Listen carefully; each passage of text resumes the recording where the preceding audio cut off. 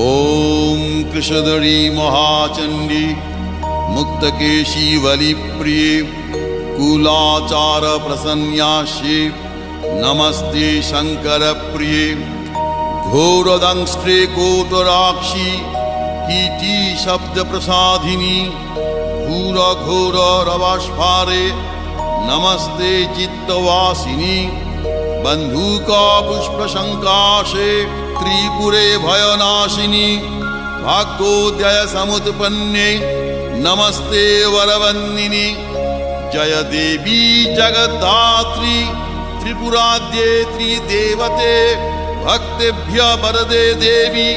महिषग्नि नमोस्तुते घोर विघ्न विनाशाय कुलाचार समृद्धये